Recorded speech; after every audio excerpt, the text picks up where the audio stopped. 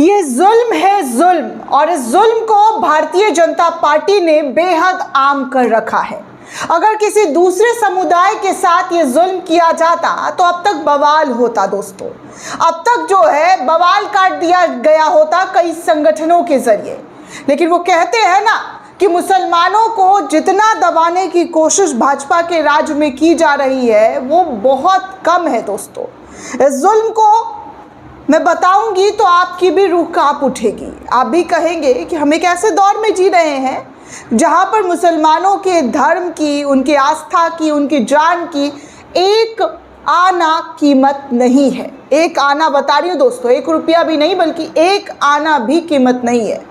क्योंकि जिस तरीके से मुसलमानों के साथ किया जा रहा है वो आज तक किसी भी शासन में नहीं किया गया है। इतनी क्रूरता, इतनी नफरत को बढ़ावा भाजपा के शासन में दे दी गई है कि इसका जीता जागता उदाहरण हर रोज खबर बन बन कर सामने आ रहा है।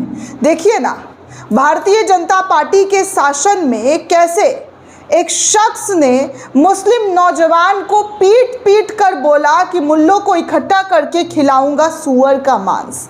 ये शब्द भूपेन जोशी के जरिए कहा गया। अब आप सोच लीजिए दोस्तों कि उत्तराखंड के अंदर आए दिन हिंदू मुसलमान की कोई ना कोई वीडियो सामने आते रहती है। कभी मुसलमान नमाज पढ़ता है तो उसकी पिटाई, भद्दी भद्दी गालियां दी जाती है। और अब देखिए उत्तराखंड में इन दिनों मजहब के नाम पर मुसलमानों के खिलाफ लगातार नफरतें बढ़ रही है।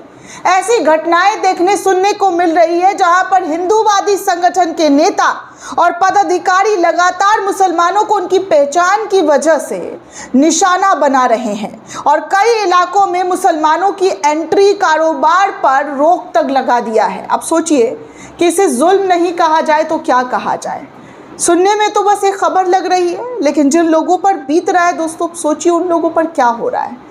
वो किस तरीके से जुल्म और सितम को बर्दाश्त कर रहे हैं, क्योंकि भाजपा शासित राज्यों में ऐसे अपराधियों को रोका नहीं जा रहा है बल्कि खुली आज़ादी दी गई है। तभी तो जो नफरत को लगाम लगाने आते हैं, जो नफरत पर वार करते हैं, उनके खिलाफ कार्रवाई शुरू हो जाती है। इसी उत्तराखंड से दोस्तों आपको याद होगा, मोहम्मद दीपक ने एक मुस्लिम दुकान वाले को बचाया तो उसके पीछे तमाम गिद्ध लग गए, तमाम नफरती जो चिंटुए हैं वो लग गए।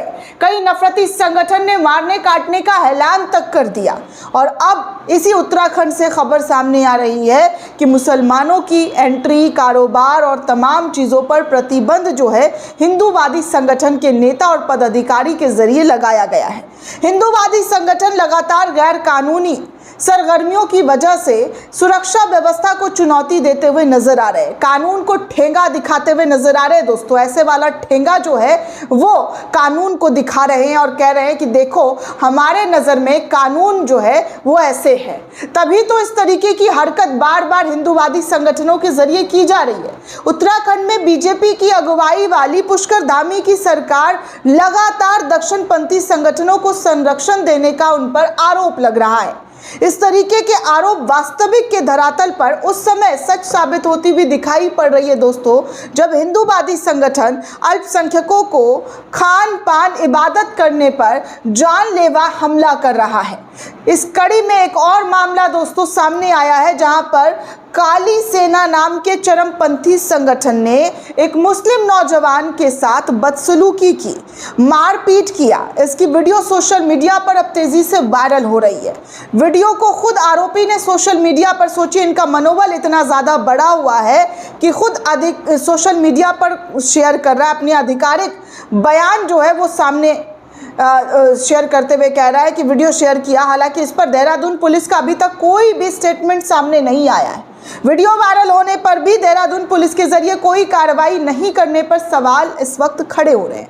खबरों की मिली जानकारी के अनुसार अगर मैं बात करूं दोस्तों, तो उत्तराखंड की काली सेना ने, जी हाँ, उत्तराखंड के काली सेना नाम के हिंदूवादी संगठन के प्रमुख भूपेश जोशी ने एक मुस्लिम नौजवान के साथ बदसलूकी की और फिर गंभीर आरोप लगाते हुए पीड़ित की जमकर पिटाई की। मुस्लिम नौजवान को खूब पीटा, देहरादून में भूपेश जोशी ने न सिर्फ उस नौजवान के साथ गाली गलौज किया बल्कि उसे शारीरिक रूप से प्रताड़ित किया। इससे पहले भी वो इस तरीके की घटनाओं को अंजाम दे चुका है। घटना के दौरान भूपेश जोशी ने मुसलमानों को लेकर बेहद गंदी भद्दी आपत्तिजनक टिप्पणी की।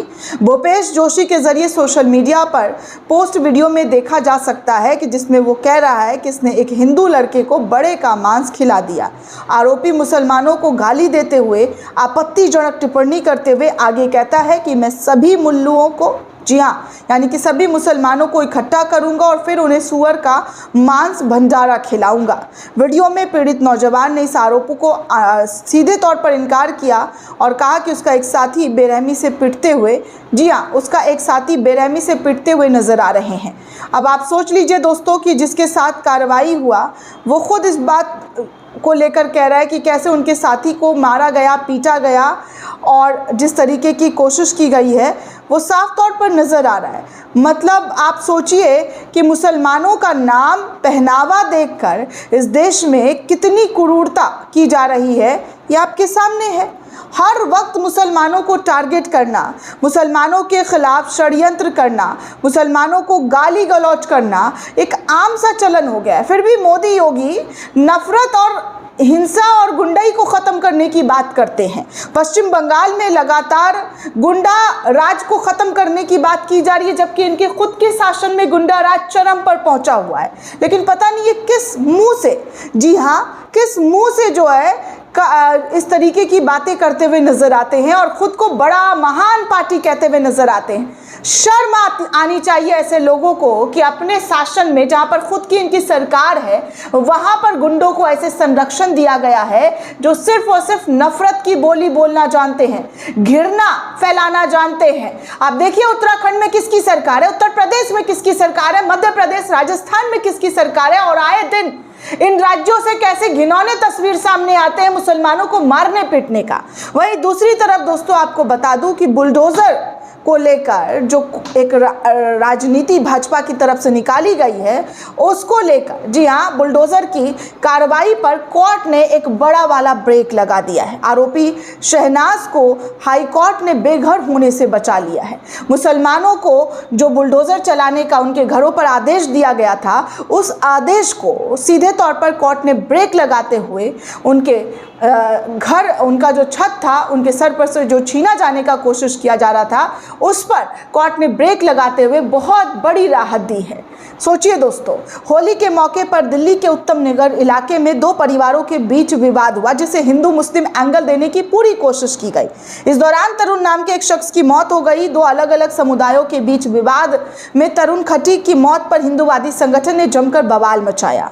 तरुण हत्याकांड केस में कथित आरोपियों के घर पर हिंदूवादी संगठन, जी हाँ, हिंदूवादी संगठन ने साफ तौर पर, जी हाँ, उनकी कार्य जो है लूट लिया और आग के हवाले उन घरों को कर दिया। इसी मामले में दिल्ली पुलिस और दिल्ली नगर निगम की कार्यशैली भी सवालों के घेरे में उस वक्त पहुंची कि कैसे जो है मुसलमानों के घरों को लूट लिया गया, आग के हवाले कर दिया गया, लेकिन पुलिस प्रशासन मुखदर्शक बनकर खड़ी रही। इसकी वजह से ये कथित आरोपियों के घरों को दिल्ली नगर निगम ने अवैध बताकर बुलडोजर से ढा दिया। जब किसी के घर से सिर से छत छिनता है तो खतरा मंड जाता है, तब इंसाफ की उम्मीद ही सबसे बड़ा सहारा बनती है।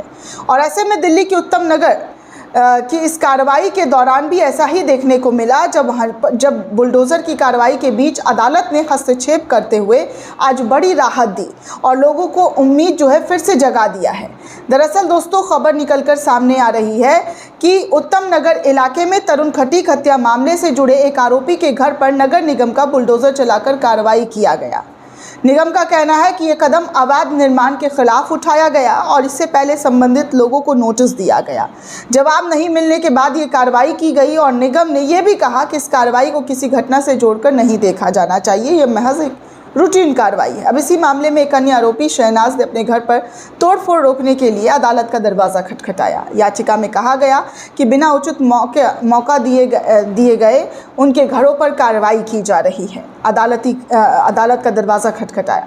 याचिका में कहा गया कि जबकि पूरे इलाके में हालात एक जैसे हैं, इस पर दिल्ली हाई कोर्ट ने सुनवाई करते हुए 10 दिनों का बुलडोजर कार्रवाई जो है महिला के ऊपर रोक लगा दिया, जिससे संबंधित परिवार को अस्थायी राहत मिली और फिलहाल शहनाज जेल में बंद है, लेकिन उनके परिवार को एक बहुत बड़ी राहत मिली। कहा जा रहा है कि जिस तरीके से उनके घरों पर बुलडोजर चलने वाला था उसको कोर्ट ने 10 दिनों के लिए रोक लगा दिया है। दोस्तों, ये पूरी रिपोर्ट आपको कैसी लगी हमें कमेंट करके ज़रूर बताइएगा। साथ ही साथ चैनल को ज़्यादा से ज़्यादा लाइक, शेयर और सब्सक्राइब करना